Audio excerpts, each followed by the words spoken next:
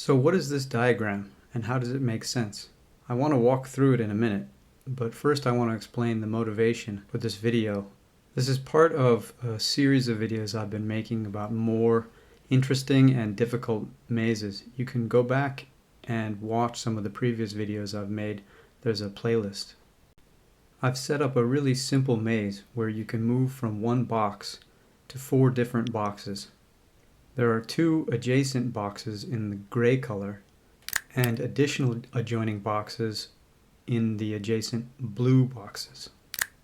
This is a little bit like a mini Rubik's Cube, but it has 1 additional spatial dimension.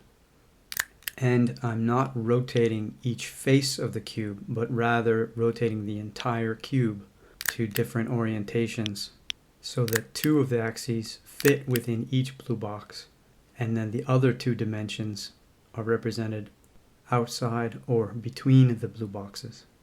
If this doesn't make any sense, I totally agree with you. Just give me 1 more minute to explain this, and then I'll come back to a much easier way to visualize this. To try to understand it is why I made this crazy diagram, which shows the 4 rotations of the 4 axes. These form a simple loop by substituting 1 axis for the next sequentially, but really this is only 4 rotations out of a possible 12 rotations of the 4 axes. I find it really hard to navigate inside a 3-dimensional maze, and so I thought it would be easier to visualize the position this way, but I was completely wrong. This rotation method is worse.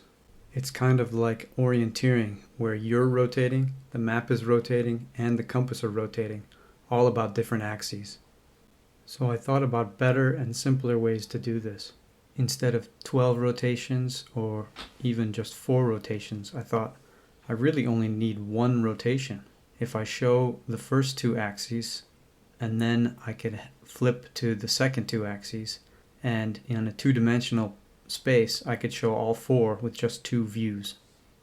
This 2 rotation method has a nice property in that along any row or column there's a simple transformation as you go from the small world within a blue box to the larger world between blue boxes.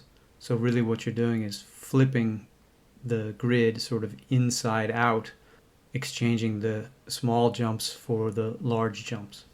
So what is it like to play this maze? I color-coded the 2 different rotations as 1 set of blue pages and 1 set of red. I also made colored dots to show where there are paths into the perpendicular 2 dimensions. Showing 2 sets of 2 dimensions at a time maps well onto a flat display.